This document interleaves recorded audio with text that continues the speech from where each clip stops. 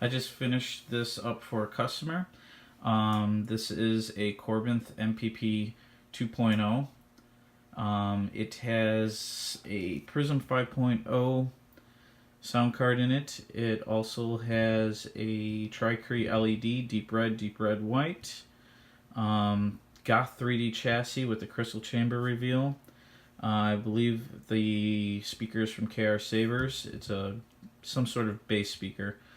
It looks like we got a Slothfurnace clamp card under here too, the blue one with the gold accents. Other than that, I think most of it was standard. He might have gotten this retention screw from Sabers as well, along with the 7/8 blade plug that's in it. Alright, so the Korbanth MPP 2.0 they're pretty easy to install for the most part. But as you know, that anybody that's done it, they come with one activation switch right here that's spring-loaded or has a switch underneath that Korbanth supplies. They have a wireway cutout that runs internally, and then it would go down to a sound card or whatever you have set up down there. The customer, however, wanted a clamp card activation. And he has a crystal reveal. Normally that wouldn't be a big issue, but if you want to unscrew this to show off the crystal, there's no holes up here for you to run wires down and into the chassis and still have this be able to, and have this unscrewable. So what I had to do was I drilled out 2 holes underneath this clamp. One was for the wires to go up to the switches in here, and the other one I drilled and tapped an 832 Allen screw. That way it would hold the clamp in place and not let it slide around too much. There's a little bit of play, but not much. I did that so it would stay in position better, and mainly so it wouldn't twist too much and rip the wires right out of the switches. Don't want to be swinging your lightsaber around and completely disconnect the wires on you. So to reveal the crystal chamber, just make sure you hold on to this clamp so it doesn't move around too much, and then unscrew the lower body. And anybody that has one of these Hilts knows that this takes about 156 turns to disconnect. Okay. So like I said before, this is a Goth3D chassis. Mainly all plastic here. Crystal chamber area is metal, and then the customer also got 2 crystals that Goth designed himself as well. Installation on this was extremely easy, with the exception of you have to make sure that you got a lot of wires, or the right kind of wires. You need your thicker ones in certain places for power supplies and LEDs, but you could utilize the thin ones for switches and accent LEDs, which really saves a lot of space.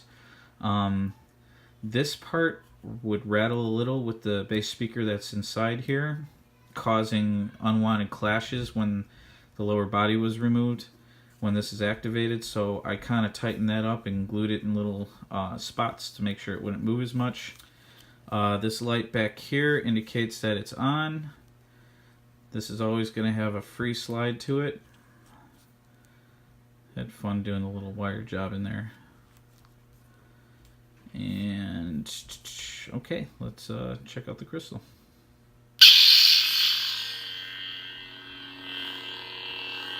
I wired the crystals to the main LED pads on the PMW signals, mainly because I wanted to free up all 4 accent LED pads to play with. That way I could have 4 accent LEDs jumping around in here, or blinking in here. It also is cool because whatever the blade does, it's going to do, and it's just awesome having those crystals flicker like that. Kind of gives it that really cool, intense power look. As I said, I had 4 accent LEDs. You can see the white one going off. There's a yellow one in there as well. You got the blinking one on the back here, which I threw some clear dissipated plastic in there to kind of illuminate it better. And then since this thing had this brass look, I don't know if the customer painted this or he had somebody do it, but it turned out pretty cool. and it just kind of reminded me of a boiler sort of deal, like a. But regardless, I put a little, if you could see it with the light, put another little yellow LED in there to kind of make it look like a furnace burning, because, I don't know, for some reason it just made me think of it. Kind of reminded me of Darth Vader's castle with the lava spitting out everywhere. Yeah, your standard Prizm effects come with it as well. Obviously you got your swing, your clash,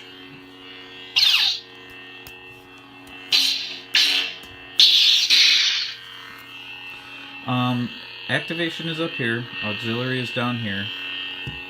The one thing I will say about this setup when you do the clamps, when you have the lower body off, since this part is missing, it's not supporting underneath here. And the way most of these 3D printed clamp switch supports work is you kind of have to have something under here to stabilize when you push down on it.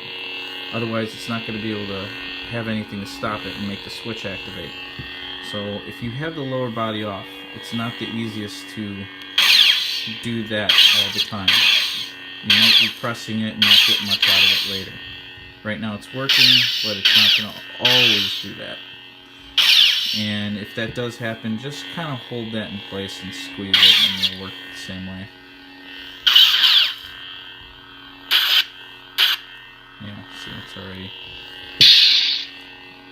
There you go.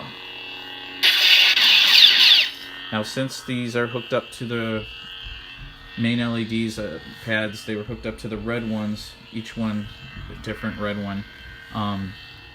They're going to go blink when there's a flash, which is kind of cool because it kind of just adds another effect to it. Okay. Alright, time to light this guy up. When you put the blade in, this is your blade retention screw. Just unscrew it, put your blade in, tighten it back up. A lot better than having any kind of Allen keys or screws to mess with. Again, activation switch is on top, auxiliary switch is on the bottom.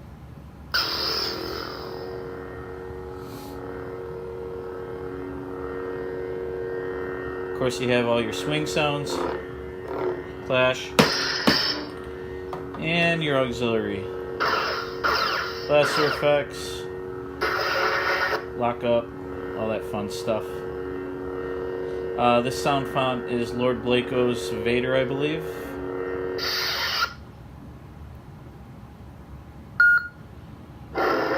Hold that down and go to your next font. That one, change the settings a little to make the blade a little more, have a little more flicker to it.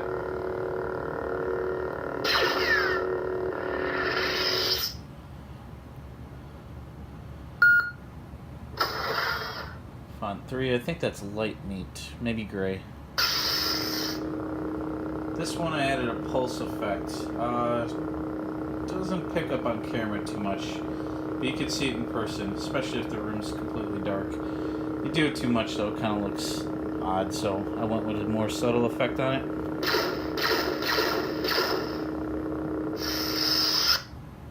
And last but not least,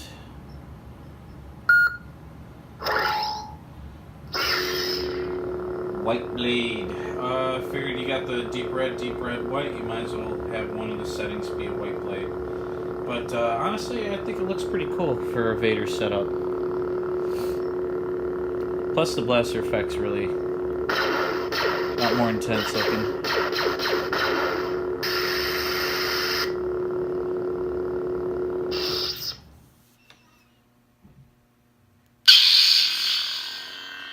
I had a lot of fun making this.